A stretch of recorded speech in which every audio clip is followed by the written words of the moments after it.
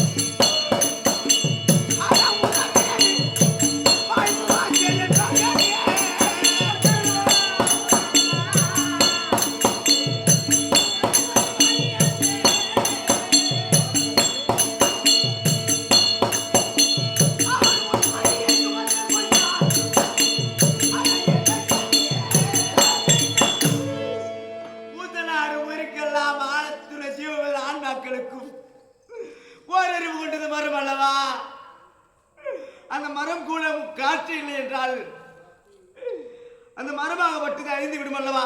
இரண்டறிவு கொண்டது உருவன, மூன்றறிவு கொண்டது நீர்வீழில் வாழ்வன அல்லவா? மூன்றறிவு கொண்டது, நான்கறிவு கொண்டது, இதோ பரப்பல ஐந்தறிவு கொண்டது. யானை எறும்புக்கடை 84 ஜீவ மக்களுக்கும் 4 கால ஜீவனுக்கு பூரா ஐந்தறிவு. 6 அறிவு வைத்து படைத்தானே இந்த மனுஷன். இந்த மனிதனாகப்பட்டவள் இந்த ஆத்திர ஜீவ ஆன்மாக்களுக்கும் காற்று என்பது இல்லை என்றால் உயிராகப்பட்டது பிரிந்து விடுவாடா. அப்போது அவளுக்கு ஒரு பாட்டராசி. அவள் எப்படியடா உன்னை பிரிக்கலாம்? இது மட்டுமா உனக்கு உறவினர்? அட தேவலோகத்தையா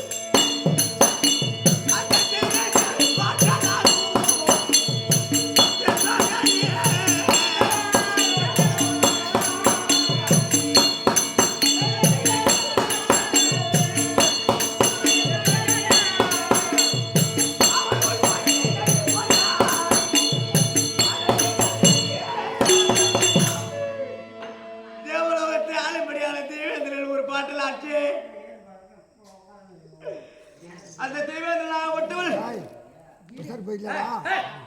எப்படி உன் உயிரை கவர்ந்து செல்லும் பொழுது கண்ணால் கண்டு கொண்டு இருந்தானோ மகனே, அவன் உன் பழியை சுமந்தானா?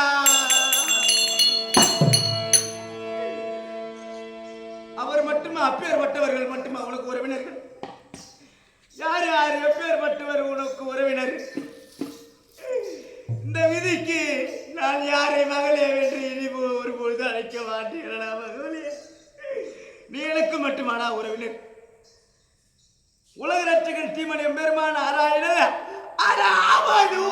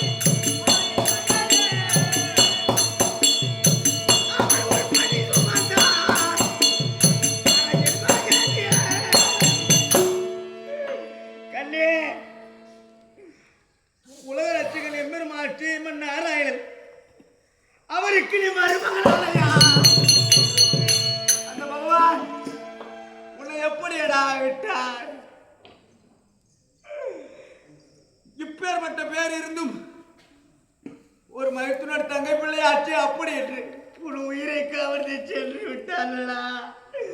இத்தனை பேர்களை சேர்த்து விட்டார்களா? இப்பேற்பட்ட இவர்கள் எல்லாம் என்ன பயனடா?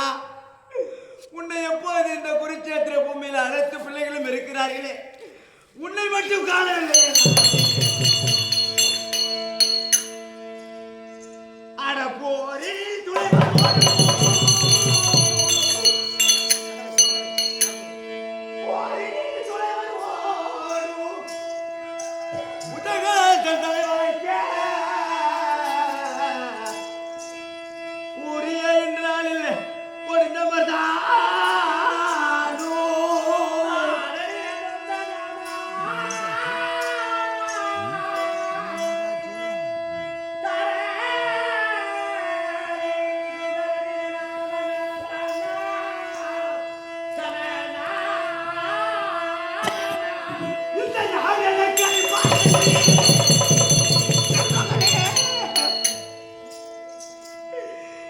இந்த நாடென கழிப்பா என்று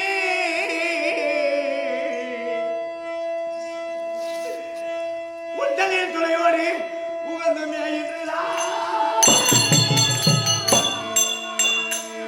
மகனே, உன்னை போன்று என் பிள்ளைகள் இதோ ஆதிசேஷன் மகளாயிருக்கும்படியான நாகக்கன்னிக்கும் இந்த அற்றிலுக்கும் பிள்ளையாக பொறுத்த அரவான். அந்த அரவானை முதல் நாளிலே பலி ஊட்டிலே மகளே, அன்றே என்னுடைய உயிர் பிரிந்திருக்க கூடாது. இன்று 13ஆம் நாள் நான் உன்னையும் பிரிந்து விட்டேனடா. என் மகனே, நான் எக்கதிக்கு சேருவேன். ஐயோ, என் மகன் நான் 18 நாள் யுத்தத்திலும் நேற்றோடு 12 நாள் வரையும் எனக்கு என்னென்ன செய்வான், எப்பேற்பட்ட காரியத்தை செய்வான் அப்படி என்று தெரியுமா? என் மகள் கதிரவள் உதயும் முன்னே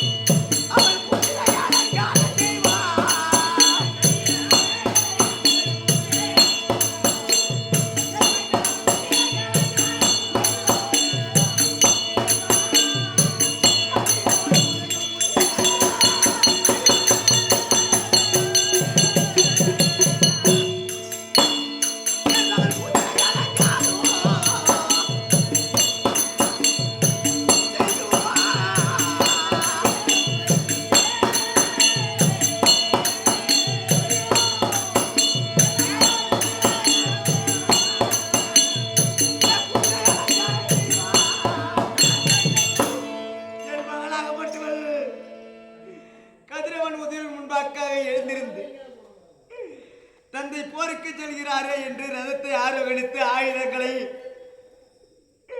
அந்த ரதத்திலே நிரப்பி, தந்தையே சென்று வாருங்கள் எனக்கு வழி எழுப்புவார். இனி ஒரு காலம் அந்த பாதியை யார் எடுத்துக் கொள்வாரோ? நான் அப்படி போர் செய்துவிட்டு நான் போர் செய்து திரும்பும் முன்னே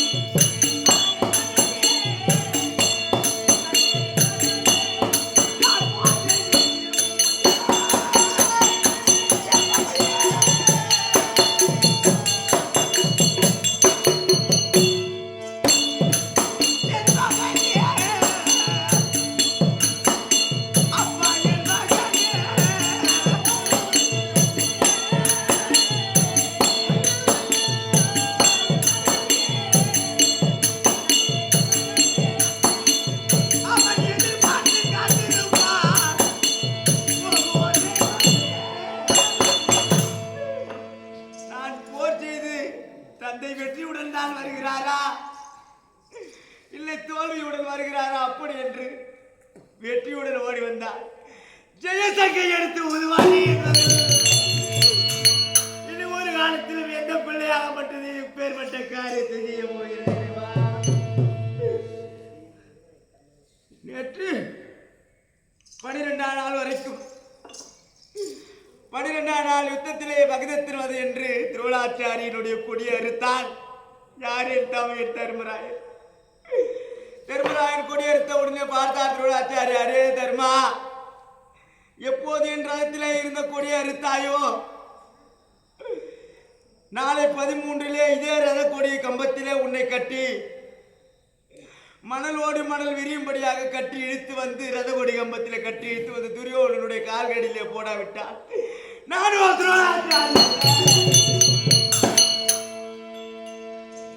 அப்படி என்று உரைத்தாரே.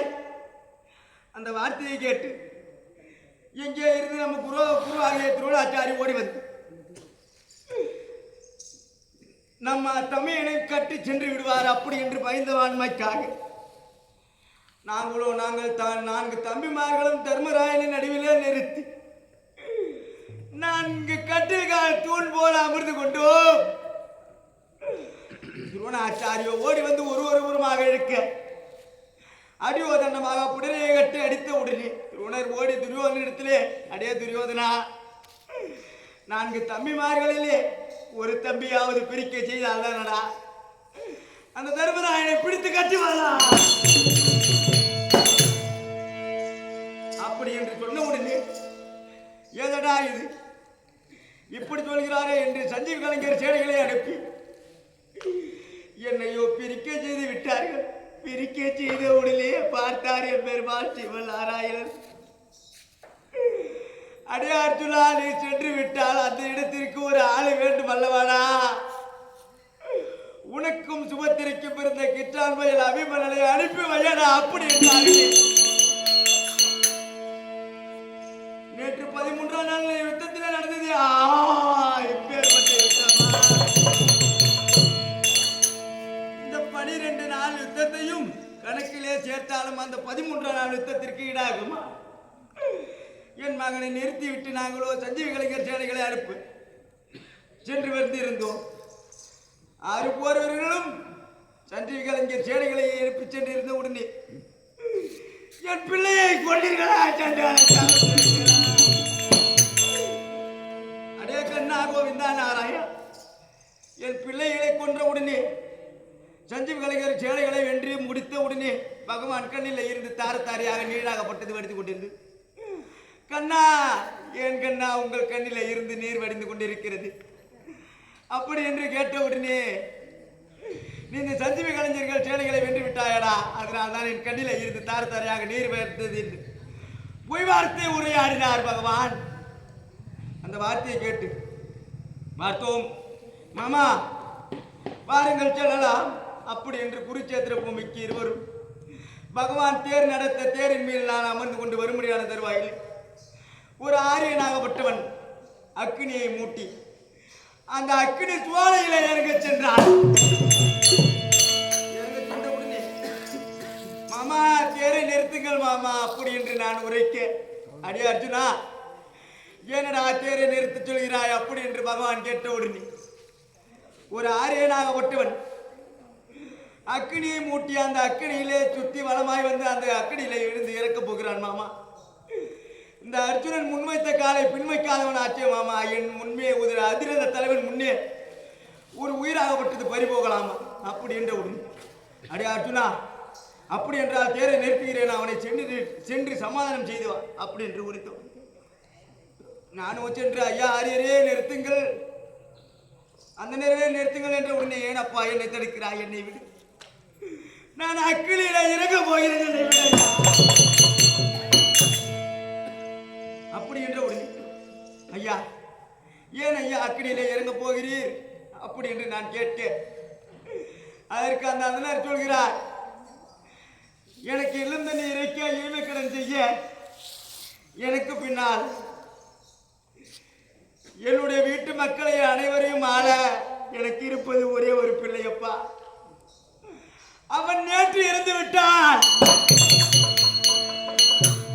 அவன் இறந்து விட்ட பிறகு எனக்கு என்ன இந்த பூனத்திலே வேலை அப்படி என்று நானும் இறக்க போகிறேன்.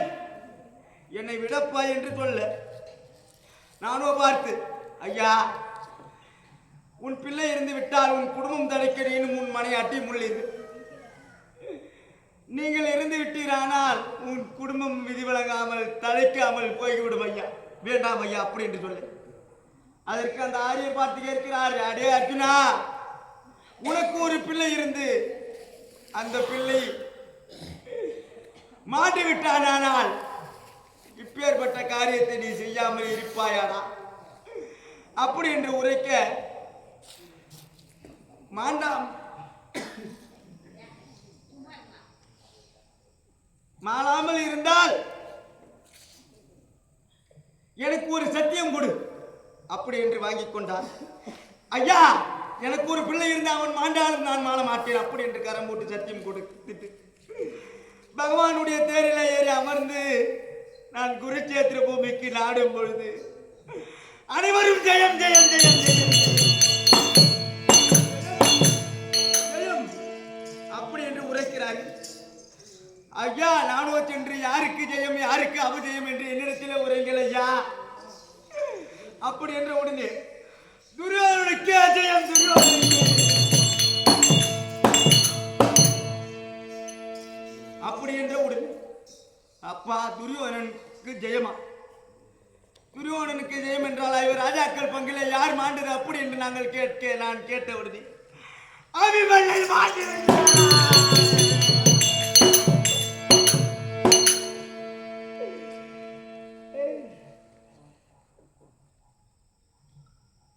அபிமன்யன் மாண்டு விட்டார். துரியோதனுக்கு ஜெயமா? அப்படி என்ற உடனே என் மகனின் உடல் எங்கே கிடைக்கிறது? என் மகனின் உடல் எங்கே கிடைக்கிறது? அப்படி என்று கேட்ட உடனே நானும் சென்று பூக்கடைகள் எல்லாம் மலை போல் தவிர்ந்து கொண்டிருந்தது. எப்படி கொன்றார்கள்? சக்கர விகிதத்தை முன்னிட்டு உன் மகனை சூட்சமாக கொன்று விட்டார்கள் அப்படி என்று சொல்ல என் மகனின் உடலை நான் போய் கண்டேன். இறைவா,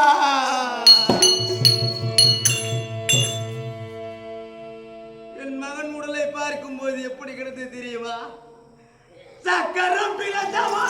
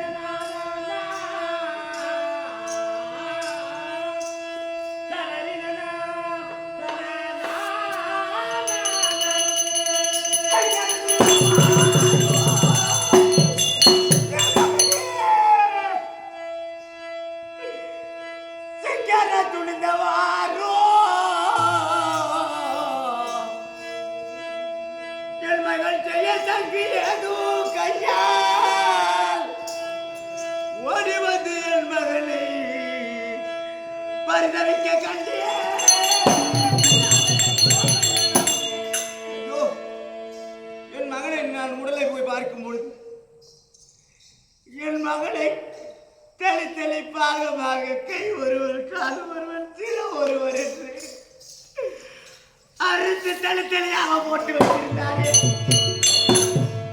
ஐயோ, நம் மகனின் உடல் தானே எப்பொழுது கிடைக்கிறது? நம் மகனுடைய சிரசையாவது எடுத்து பார்க்கலாமா அப்படி என்று அவன் சிரசை தூக்கி நான் முத்தமிடும் பொழுது இருபுலமாக அந்த சிரசு விழுந்தது. விழுந்தவுடனே சக்கரம் விழுந்தவாறும் படுவாகி சென்றார்கள். மகனை கொன்றது மட்டுமல்லாமல் கரம் ஒருவர் கால் ஒருவர் சிரம் மறுத்தார். சிந்து பூபதி மைந்தல் என் மகனை கொன்றது மட்டுமில்லாமல் அவன் தலையை கொண்டு வந்து கர்ணநாயகப்பட்டவன் தேர் சக்கரத்தின் அடியிலே வைத்து என் மகன் தலையை இருபிடமாக பிளந்து விட்டான். என் மகன் தலை உடுத்தவாரோ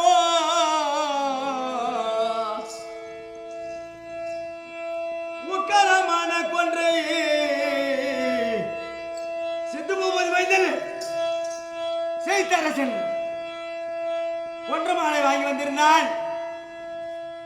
வீமனை நான் கொள்வேன் கொள்வேன் கொள்வேன் அப்படி என்று கைலாய பரமனை குறித்து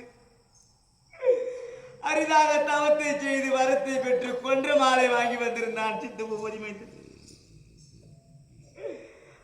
அடே துரியோதனன் பார்த்து என்ன உரைத்திருக்கிறான் என்றால், அடே செய்தவா அவ்வளோ ஒரு விமனடா தவிமன்னடா விமனடா தூவடா கொன்ற மாலையை அப்படி என்று உடனே கொன்ற மாலையை தூவ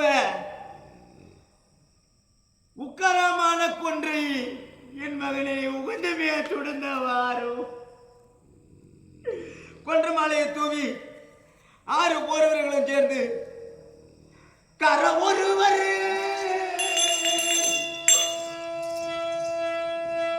கால் ஒருவர் சிறுமறுத்தான் சிந்து பூபதி மைந்தலே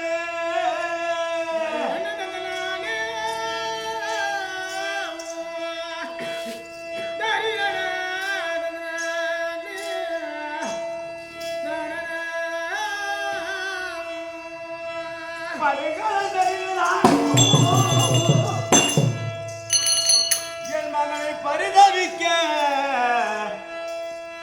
கண்டே கண்டே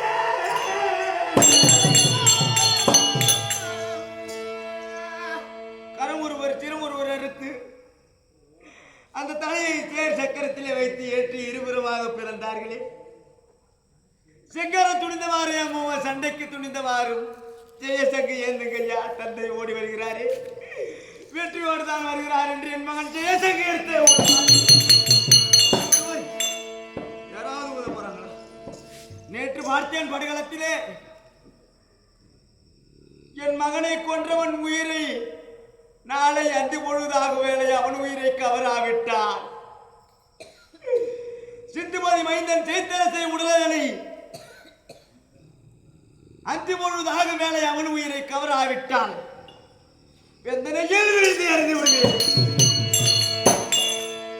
அப்படி என்று செவந்து என் மகனை கொண்டவன் உயிரை நாளை படுகாலம் தன்னிலே கோரல் நான் முடியாவிட்டால் மனைவி அயலார் உய்ய மனைவி அயலார் உய்ய மன்னர் கண்டு மறுவாள் அவர் கையால் கடுகளவும் ஜீவித்தவனாவே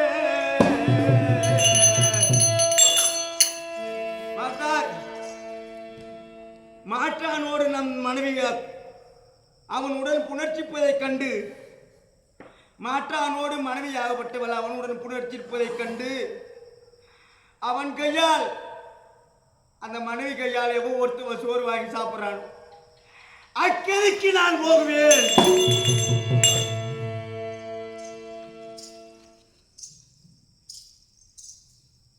சிந்துமதி மைந்தன் செய்தரசன் உடல் அதனை என் மகனை கொன்றானே. என் மகனை கொன்றவன் உயிரை நாளை அந்தி பொழுதாக வேலை அவன் உயிரை கோரல் நான் புரியாவிட்டால் தாயார் பசியை கண்டு மகன் தனி பசி முசுத்தோன் நெஞ்சுள் மாதா வயிறறிய மகனே வாழா ஒரு காலம். ஒரு தாய் தகப்பனை பரிதவிக்க விட்டு அந்த தாய்க்கு கடைசி காலத்திலே வைத்த ஜீவனத்துக்காக ஒரு வேளை கஞ்சி அவன் ஊத்தாமல் போகிறான். அந்த தாயின் மனம் வந்து மகனே நீ வாழ்வாயா அப்படி என்று கேட்டு அவன் எக்கதிக்கு சேருவானோ அந்த கதிக்கு சேருவேன் அப்படி என்று நேற்று சபதம் செய்தேன். இன்று நடப்பது 14ஆம் நாள் யுத்தத்திலே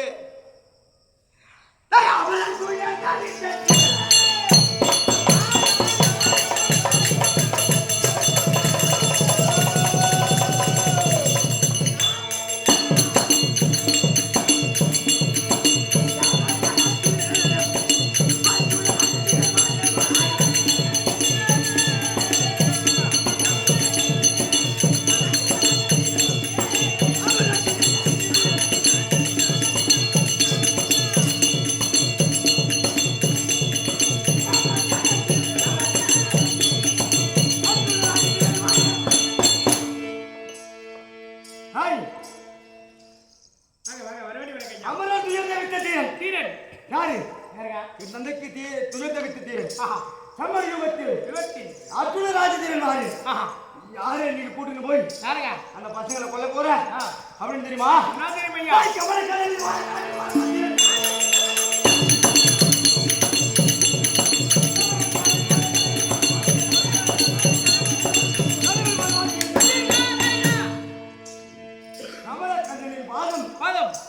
கனவிலும் மரவாசிலும் இன்று எதற்கு முன்பாக நான் குருச்சேத்திரம் போனோம்? எதற்கு முன்பாக போய் அவனை கொள்ளணும்? கதிரவனாக ஒட்டுவன் குடைபால் அனைவருக்கு முன்பாக அந்த கதிரவன் மறையும் முன்னே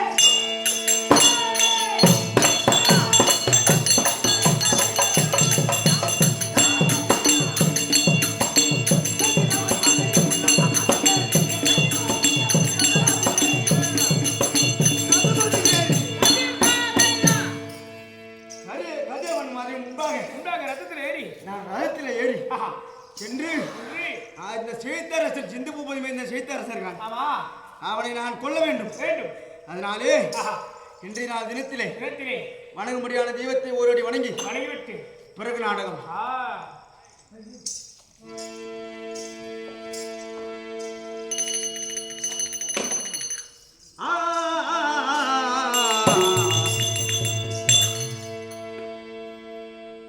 இது எதற்கும் உதவா கூடு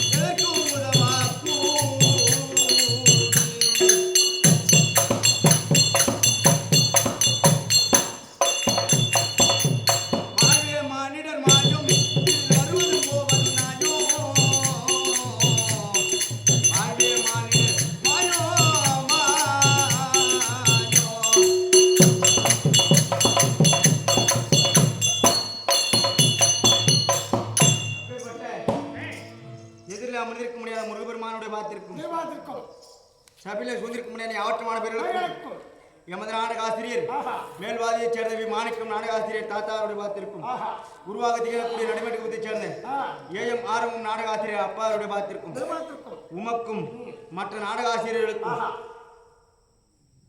அடியவன் சிறந்தாழ்த்தி வணக்கம் செய்து கொள்கிறேன். உன்னை துதிப்படா கருணை காட்சி மதிப்படா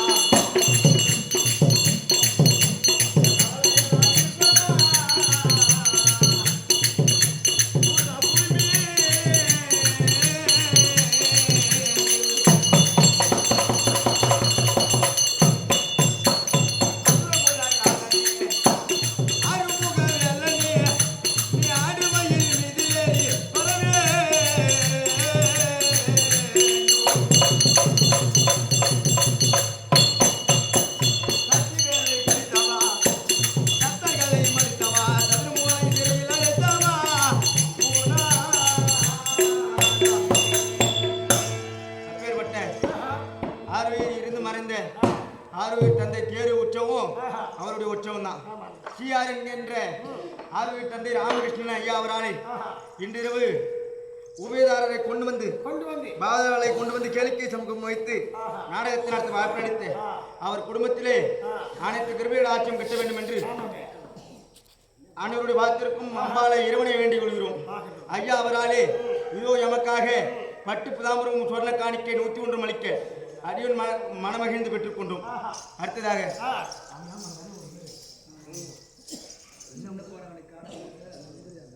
சின்ன புறங்கணி காடாமுளியூரை சேர்ந்த முந்திரி வியாபாரியாக செய்யக்கூடிய அண்ணாமலை ஐயா அவராலே சேர்ந்த 6 பிள்ளை கோபிநாத்துக்காக கொடுத்து கொண்டாட ரூபாய் 100 லட்சம் வைத்து கம்பெனி சார்பாக நன்றி. பேர் என்ன பேர் சார்? உன் பேர் தான் அருணாச்சலமா? ஐயோ அருணாச்சலம் பெரியப்பா அவர் பேராலே நடுமேட்டு சேர்ந்த 6 பிள்ளை கோபிநாத்துக்காக கொடுத்து கொண்டாட ரூபாய் 100 லட்சம் வைத்து கம்பெனி சார்பாக நன்றி. அதனாலே இன்று நாள் தினத்திலே கதிரவன் மறைவு முன்பாக இதோ குருச்சேத்திர பூமி நாட வேண்டும். அதற்கு முன்பாக இடத்திலே யாருக்கு என்னாலும் பதில் சொல்லலாம். பெற்ற தாய்க்கு எப்படி பதில் சொல்ல போகிறேன் அப்படி என்று எனக்கு தெரியவில்லை. அதனால் என் மனைவி இருந்தால்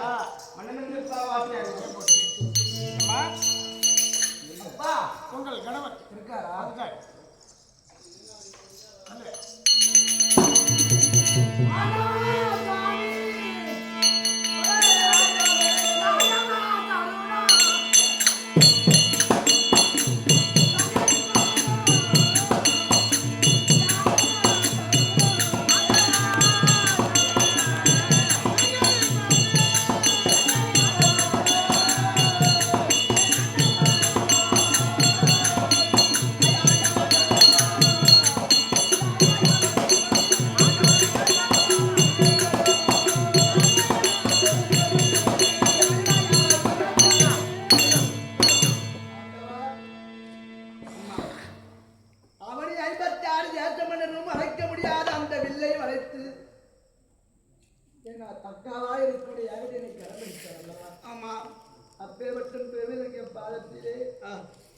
மனைவி சுபத்திரை அடவந்தனம் செய்து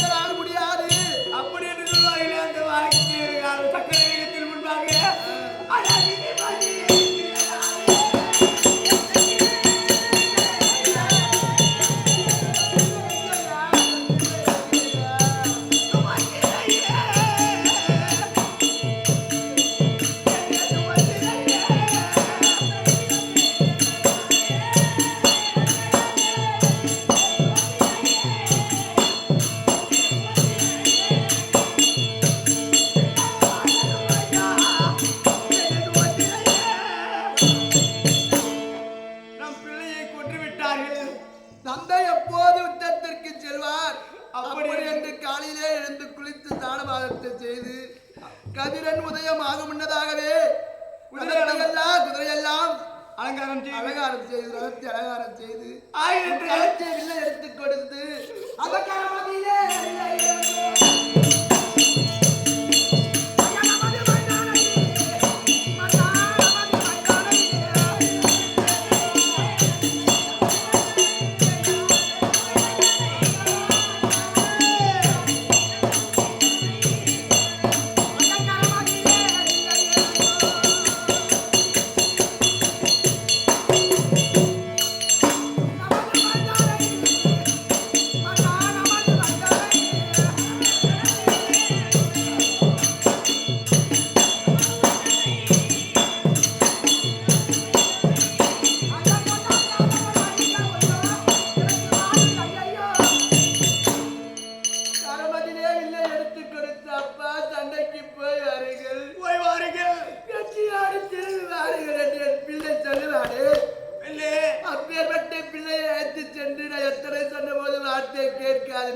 அண்ணன் கண்ணனும் கொண்டு சென்று என் பிள்ளையை கொண்டு குவித்து வந்து என் பிள்ளையை பறிகொடுத்து வந்துட்டு இப்படி எல்லாம் சொல்லி ஐயா பிள்ளை போய்விட்டானே என்று ஒரு தந்தைக்கு ஈமை கடல் செய்வதற்காக தானே பிள்ளை பிறப்பது.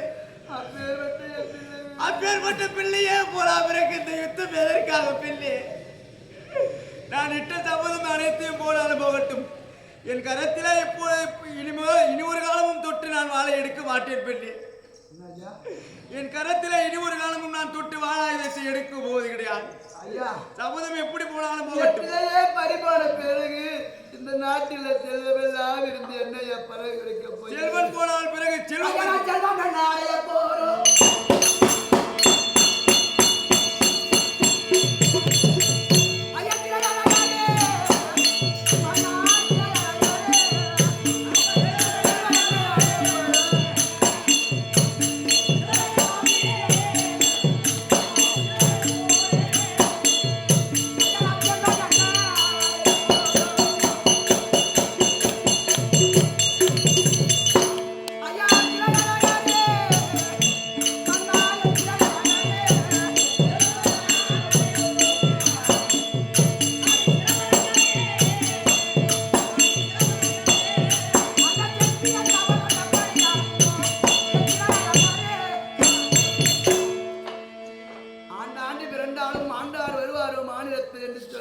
உண்மைதான்.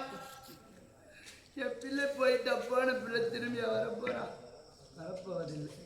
அதனாலே என் பிள்ளையை கொண்டு வித்தானே அந்த தைத்தரசனை நீ செய்த சபதத்தின் பிரகாரம்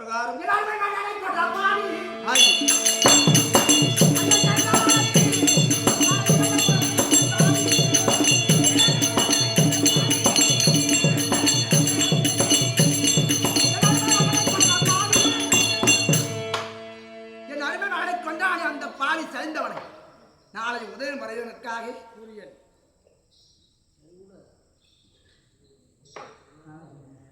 கதிரவன் மறைய முன்னதாக உதயவன் என்று சொல்லும்படியான கதிரவன் சூரியன் மறைய முன்னதாக நீ செய்த சபதத்தின் பிரகாரம் கையிலே வாழை எடுக்க மாட்டேன், நான் சபதம் செய்ய மாட்டேன். இந்த மண்ணுக்காக அல்லவா சண்டை செய்கிறோம் பெண்ணே. இந்த மண்ணை ஆள்வதற்கு நம் மைதல் இல்லாத குறை.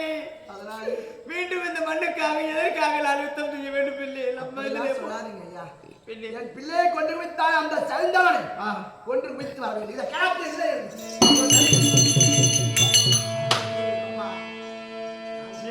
உன் வார்த்தையை தட்டால் நான் ஏந்தி வருகிறேன். நான் சென்று வருகிறேன். போய் வா.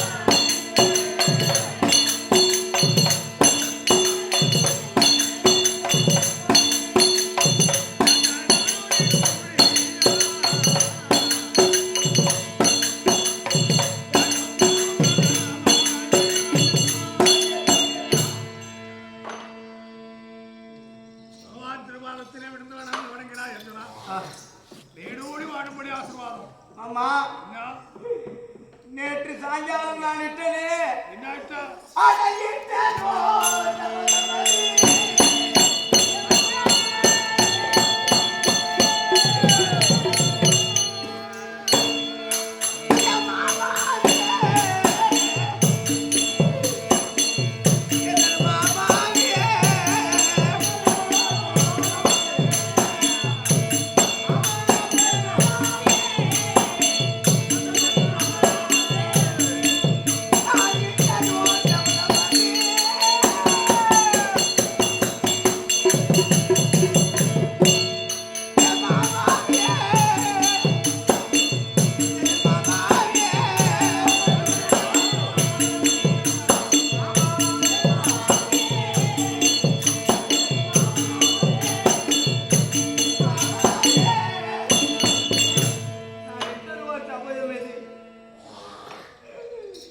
மாமா எப்படி முடியும் என்று அறியாமலே நிற்கிறேனே மாமா அர்ஜுனா அட பச்சமே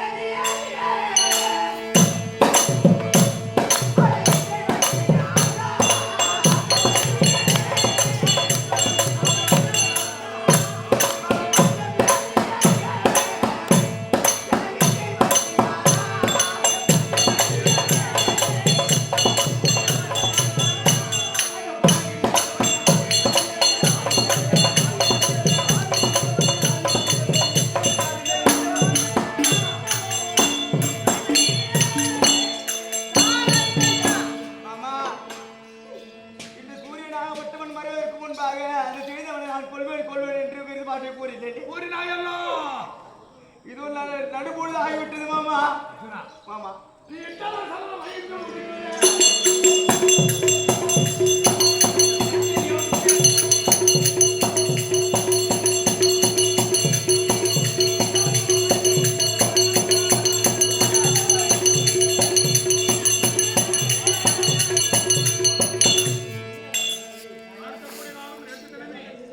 மாமா கூடிய வசனம் தவறாத வண்ணமாகத்தான் என்று குற்றேற்ற பூமியிலே சசிவேந்தவனை ஒன்று குவிப்பதற்கு காரணவசமாகத்தானே காண்பிக்கிறேன் அவற்றை ஆரோக்கியம் இருக்கிறேன்